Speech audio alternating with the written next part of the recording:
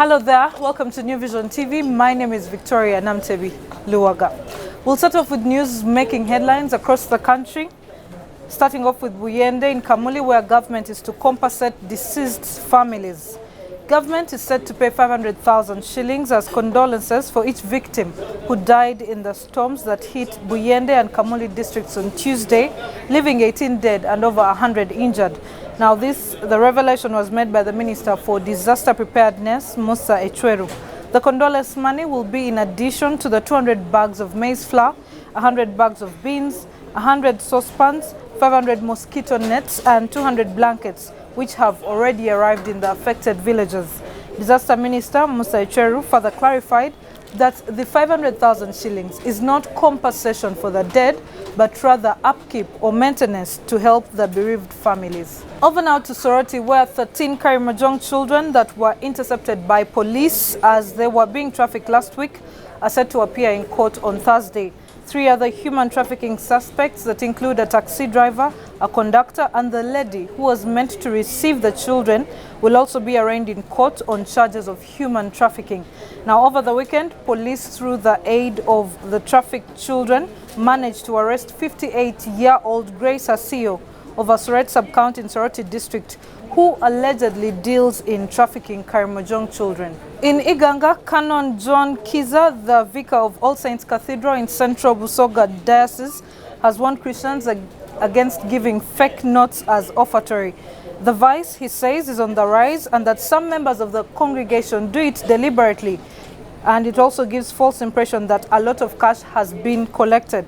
Recently, Louis Kasekende, the Deputy Governor of Bank of Uganda, disclosed that Busoga sub-region has been identified as an area with high counterfeits due to ignorance of the masses.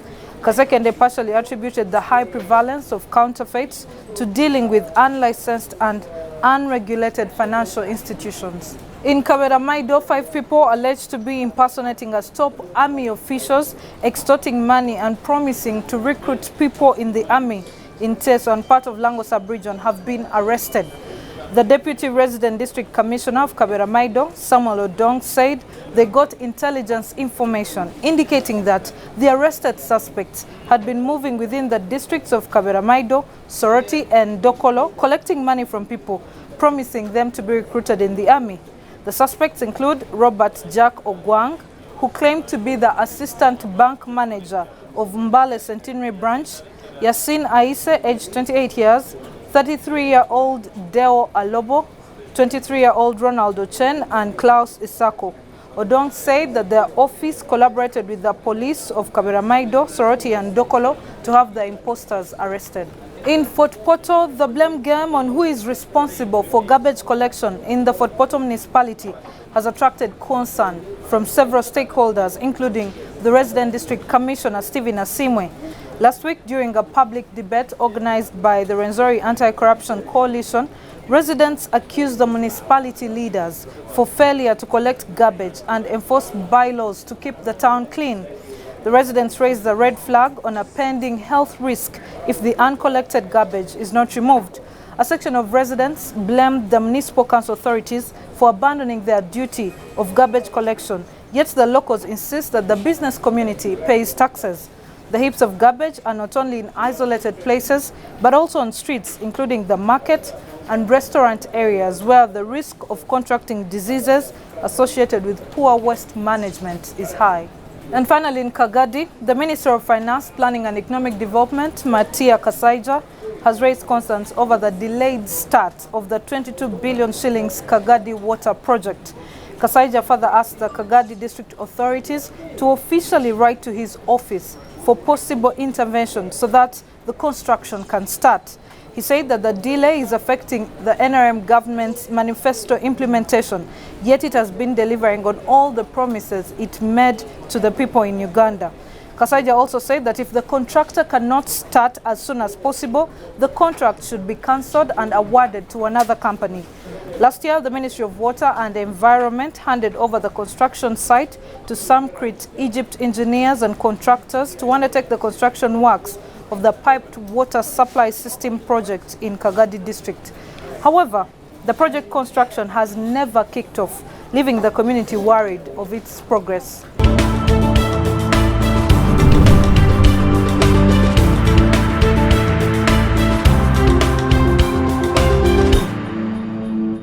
Let's now take a look at stories making headlines in East Africa and across the world with Lynn Komgisha.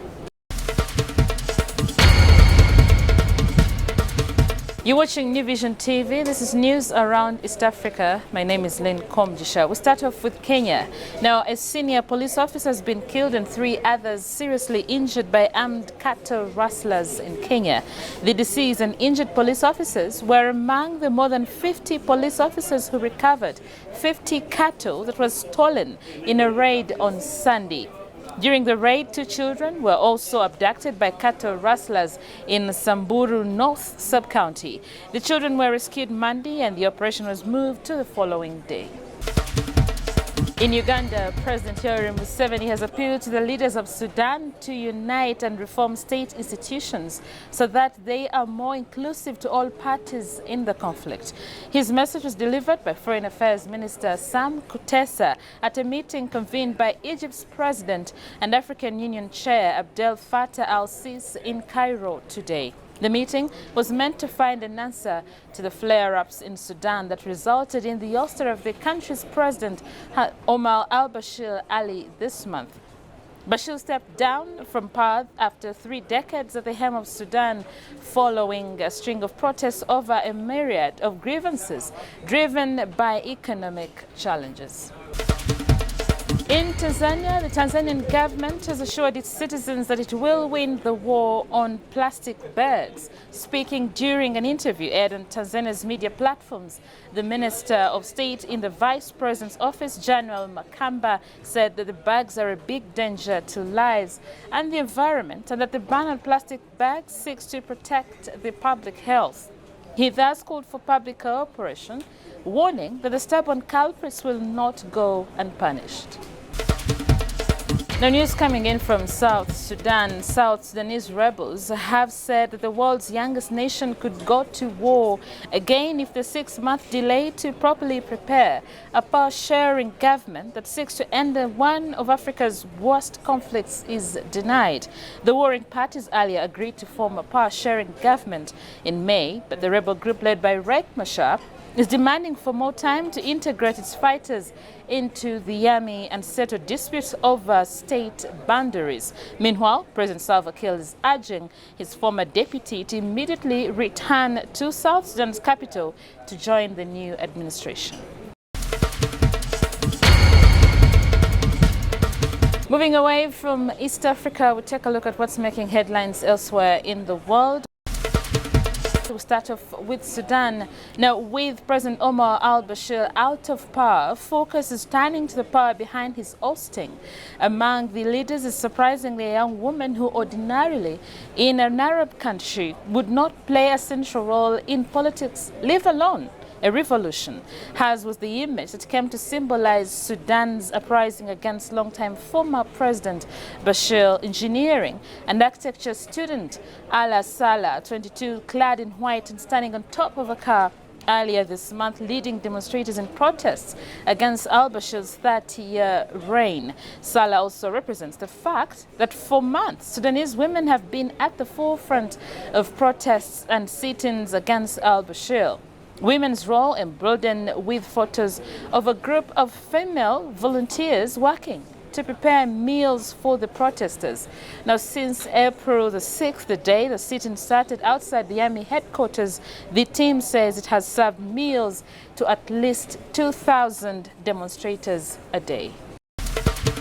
From Iran, Iranian legislators have overwhelmingly approved a bill that labels all U.S. military forces as terrorists a day after Washington ratcheted up pressure on Tehran by announcing that no country would any longer be exempt from U.S. sanctions if it continues to buy Iranian oil.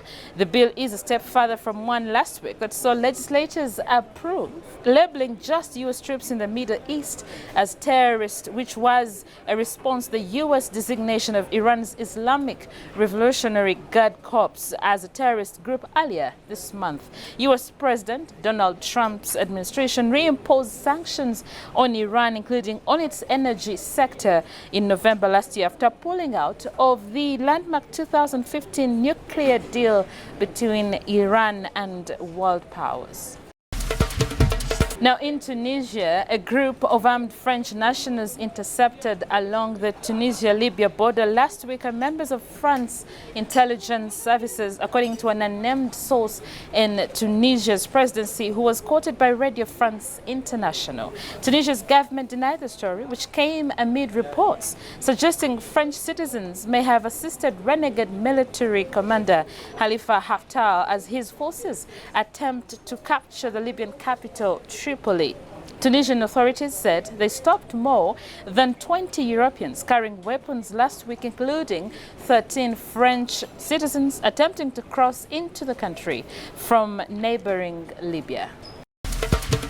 News coming in from Russia indicate that North Korean leader Kim Jong-un arrived in the Russian city of Vladivostok on Wednesday for a summit he's likely to use to seek support from Russian President Vladimir Putin, while Pyongyang's nuclear talks with Washington are in limbo. The armored train carrying Kim on his first official visit to Russia pulled into the quayside station in Vladivostok on the Pacific Ocean a few hours after crossing from North Korea into Russia. Earlier, at a stop on the border, Kim told Russian state television he was hoping for useful and successful discussions with Putin.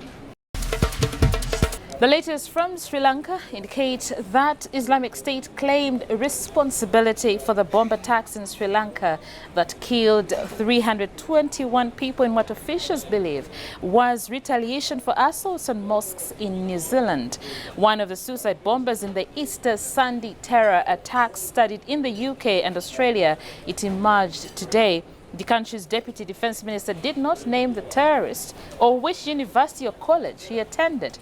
But he did say the attackers were all middle or upper class, well-educated from financially stable families, and that many of them had higher education. About 500 people were also wounded in these bombings.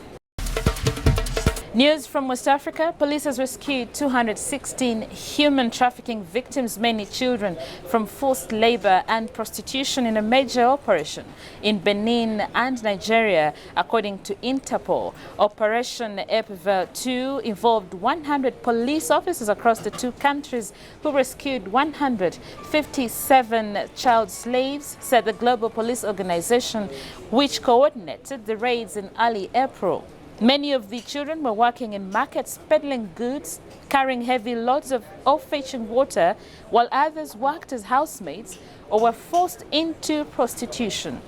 Of the minors rescued, 36 were boys and 121 were girls. Investigations are underway to dismantle the crime networks active in Benin and Nigeria, which are source, transit and destination countries for human trafficking, said Paul Stanfield, Interpol's Director of Organized and Emerging Crime. And that's all we had for you from around East Africa and around the world. My name is Lynn Comdisha. Thank you, Lynn. Let's now take a look at stories that you should expect in the New Vision pullouts tomorrow. In the business pullout, we take a look at women and work. Uganda still has a long way to go. Find out why, get yourself a copy of the New Vision. And in the Indie Vision pullout, find out how Srinivasa transformed Balaji Group East Africa Limited. You could learn a lesson or two to improve your business. It's now time for business news. Here is Lynn Comgisha with the Handshake. Thanks for joining us. This is the Handshake here on New Vision TV. My name is Lynn Comgisha. I'm joined by Paul Bushirizi. Paul, welcome to the show. Thank you. Paul, we have new aircrafts in the country. Uganda Airlines. Mm-hmm. Very beautiful. Mm-hmm. When you see the flag, you just go, wow. It's good, yeah. But why did we acquire these new ones? What, you had us to get second-hand ones? No, we could have renovated the ones that were there, if they were there. No, we had no planes. We sold them or done whatever with them. We had to start afresh. Well, we're starting a new airline as a country. The planners think it's better to buy a plane than to lease it, which will be the option. Okay. People who've watched the industry actually say that really should be the right way to go, because if you lease a plane, you will have a fixed cost every month in addition to maintenance and all that kind of business. So why not cut out that cost, and hopefully this airline will be a bit more sustainable. That's the thinking. Is that all? About the planes? Well, that's that's a good question, because you see, people think that because the planes have landed, you know, the party should begin. I mean, yes, I have a friend who This is the easiest part of starting an airline, buying the planes. This is the easiest part. You still have to create schedules, you still have to market this thing, you still have to hire people of quality. Hiring is one thing, but are you hiring people of quality? There's competition. There are people who are going to fly the routes we want to, there are people who are flying the routes we want to fly right now, currently, and you're going to have to fight for space with them. They're not going to sit back and say, Bambi, you're a new airline, let's give you some. No, they're not going to cut you any slack. No, so yeah, the real work is going to start when is starting now. Buying planes is not a problem, you just pay. Now the work starts. So why was it important for them for the airline to be revived anyway? Well, they claim, I've been reading. Who are they? The promoters of the airline. Okay. There are people who went and did a study and all sorts of circus. But anyway, they claim that Ugandans are spending too much money on other airlines, that we need to increase our trade with the outside world, and then thankfully it has gone down the ladder of priorities. But even that one time they said we need to be proud of our country. You know, I mean, do you need an airline to be proud of your country? You know, the United States of America does not have a state-owned airline. Wait a minute. It's fine. No, it doesn't have a state-owned airline. It's fine. We do not need a state-owned airline to do the things we want. If even you can't even make the argument that Ugandans can't get where they want to go. If I wanted to get to anywhere in the world today, I could get there in 24 hours without any problem from Entebbe Airport without Uganda Airlines. And besides, even that argument is incorrect, because the routes on which these planes are going to fly, they're already planes. It's not as if they're opening new routes that Ugandans, I want to go to Barcelona, for example, which we have no direct non-stop flight from. It's not there. You see, my worry is actually that you're mentioning. We don't need it. But then we seem to need it. How are we going to, how are they working to make sure it's a success? No, well, look, we don't need it, because in my mind, that money can be better used in other ways. Right. You know, you spent, I think you've spent now what? How much have they spent on these planes? A whole lot. Yes, several billions of Uganda shillings, which could have been better used, you know, putting medicine in brand new hospitals we've built all over the place, or raising salaries of doctors, or building classrooms. The return on those investments in human capital, or even laying down more road, the returns there. Even the tarmac itself, the runway was no, wait, really? Yeah. I don't know about that. but those billions could be much more, with a much surer return in other things. So there's an opportunity cost. Let us not be deceived. The fact that we have spent money on those airlines means we're going to spend less money than we should on other things. That's what it is. That's what it is. So, but that being said, you know, this airline is not going to be profitable for many years to come. It's, you know, maybe 10 years or so. No, it's true. You wait. We'll talk here on the Handshake in 2029, and we'll be, or even let's cut them some slack and say we'll talk in 2024. This airline will not be profitable. The question will be, and it's not a crime not to be profitable, because that's how airlines are, given the competition, given the circumstances in which let's give it. You see, the challenge is, losses are not just only in the books. Losses have to be paid for. Yes. For us, Ugandans are going to pay for those losses via money which is not spent on health, spent on education, spent on roads, spent on security, spent on any other thing that will have a direct impact on more Ugandans than these planes. We've bought 76 seaters, even assuming all the seats are filled by Ugandans. There's only 76 Ugandans benefiting at that point T. So let's not, it's nice to be romantic. Yeah, we have an airline. Well, we're trying to achieve Vision 2020. You know. And by 2024 we shall have, in middle income status. you know, it'd be a better even investment if we built a railway or fixed our own railway. That's a much better investment in terms of 2040 investment, in terms of meeting the 2040 vision. Yeah. Railways are for industry, bulk movers. This airline, what will it move? We cannot even move our coffee on an airline. Well, we can do business trips. Business trips? Yeah. To different countries. That we can't do now? If I want to do a business trip today, you think I can't do it? I can do it. I'll go to the airport, I get a plane. Thank you, Paul. And in our daily Pearl of Africa series, we take a trip to Lake Nabugabo. Lake Nabugabo is a small freshwater lake in Uganda, located in Masaka district. Nabugabo was formed as a result of sand dunes resulting from strong winds that pushed the water further in the land. However, the water was unable to return to Lake Victoria due to the sand dunes. This lake is separated from Lake Victoria by a sandbar. Let's take a look. Lake Nabugabo is a small freshwater lake in Uganda located in Masaka district. It was separated from Lake Victoria about 5,000 years ago and is now separated by a sandbar. Nabugabo has beautiful sand beaches which enable various activities.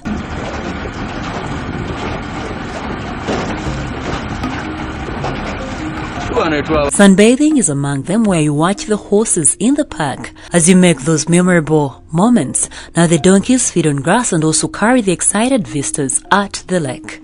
More exciting activities you cannot miss out are games in the sand, there is bird watching, and more of Uganda's gifted nature. Birds of different species harbor at this lake. Some prefer resting in the trees, others in the beautiful compound, as the rest float on the heathen, where they enjoy the cool breeze.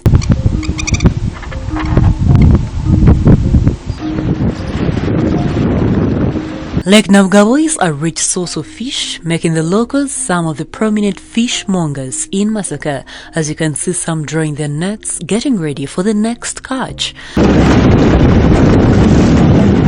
Just like any must-visit tourism place in Uganda, beautiful cottages are a must, and Lake Nabugabo has got many of them. The journey to Lake Nabugabo from Kampala is about 2.5 hours. It takes you through Mpigi, Boama and Lukaya, giving a spectacular view of the plains and flatlands.